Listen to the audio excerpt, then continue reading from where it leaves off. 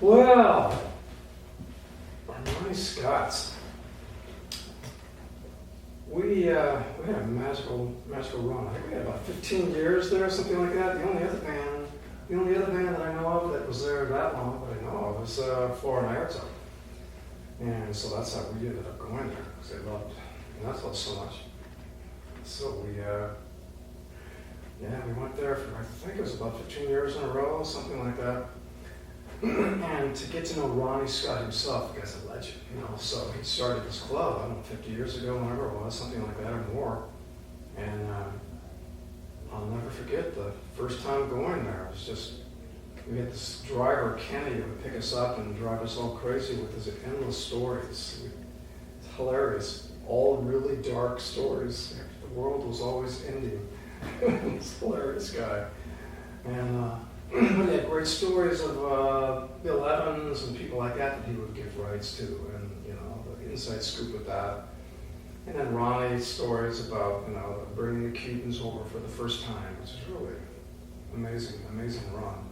So I felt the energy of that club every time I walked in there, especially with artists like Tyler Levins, just Joe Zawinul, all these great piano players that played there. So for me, it was pretty exciting.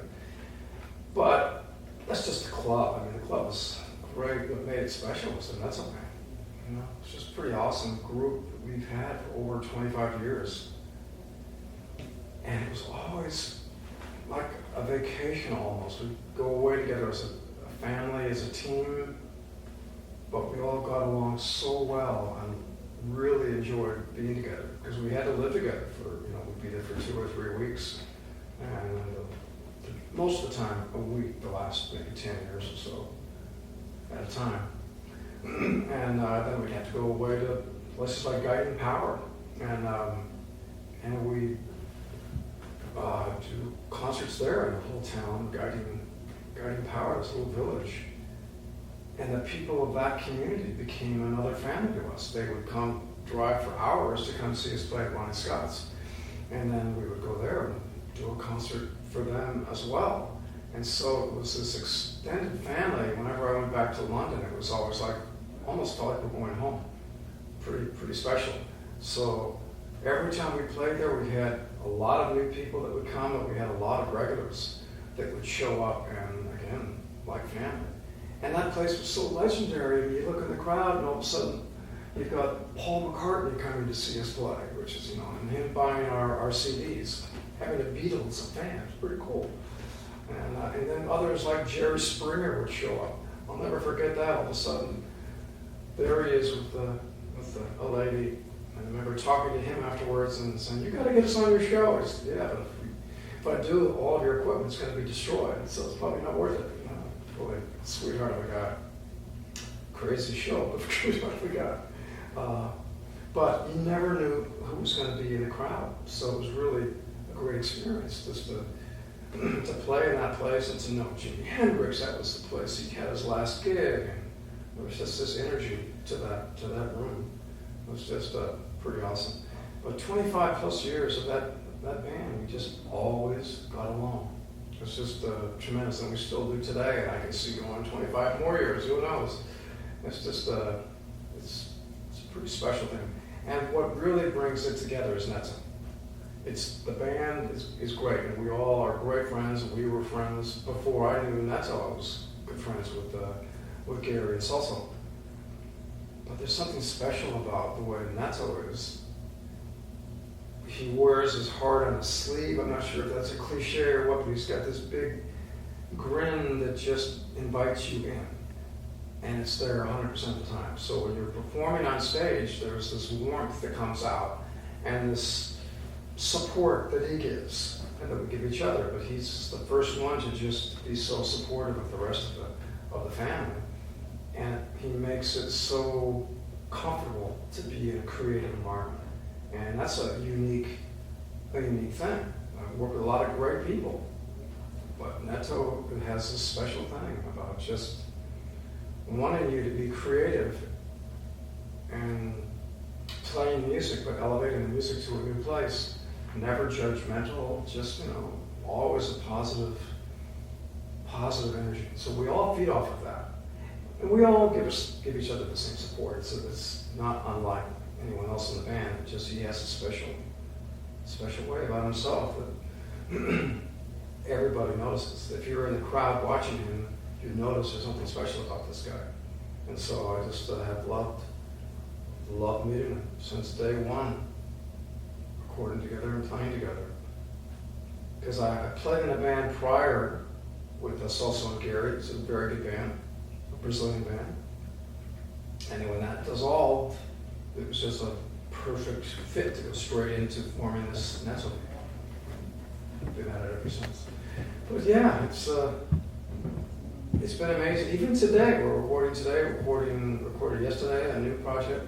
It feels like the same, like we're doing our first record again. There's just something very special. You know, everything's on the edge. We don't really know the music yet. It's just the norm. We're kind of learning it as we go. And then, and it'll be, it'll be a good project. But it already is sounding fresh, and everybody's excited about being part of it, not just Neto's music and wherever you want to serve. You know, everybody takes an active role, so it's a really cool, mix of energy and ideas, and everybody's got great ideas. And that's always open to all ideas and makes it all work. Where it could easily be a kind of leader in a band that just, this is the way it's going to be. That's fine. And we all work in those situations. But it's really great to be in a big blender where anything can happen. How would you describe the music that you guys play? Well, it has, of course, the Brazilian roots, but it's way beyond that because it has rock element, it has a jazz element, it even has a bit of new age. It's just open music with an edge. I don't know how else to call it, but it definitely comes from the Brazilian roots that Neto and salsa bring. And then Gary and I, the Americans, come in and bring our spin on it. But it's kind of cool because since we all come from different walks of life and music backgrounds, that it forms a unique kind of a thing. It's not just a samba band at all, which would be great, but that's not what we do. Just some of that. We love Jimi Hendrix. Neto's been influenced by him, so we have a bit of that energy in the band. So I guess I just have to call it open world music, something like that with an edge. And that edge, I think, is what sells it. Because when we perform, people feed off the energy that we have going back and forth. There's sparks flying on stage. And at any given moment, all of a sudden, Next will come over to me and we're performing and there's an energy exchange there, and all of a sudden Gary and I are exchanging it, and I'm exchanging it with Salso, and then they're all exchanging moments together, and it all just constantly is morphing to something new every time we play. So that's exciting. I love not being settled and having the freedom and support to just take the music anywhere, and it's going to work. But yeah, it's open music with an edge, with Brazilian roots, something like that. Which really helps when you want to sell a record. You can put it in this nice bin over here. Good luck. So,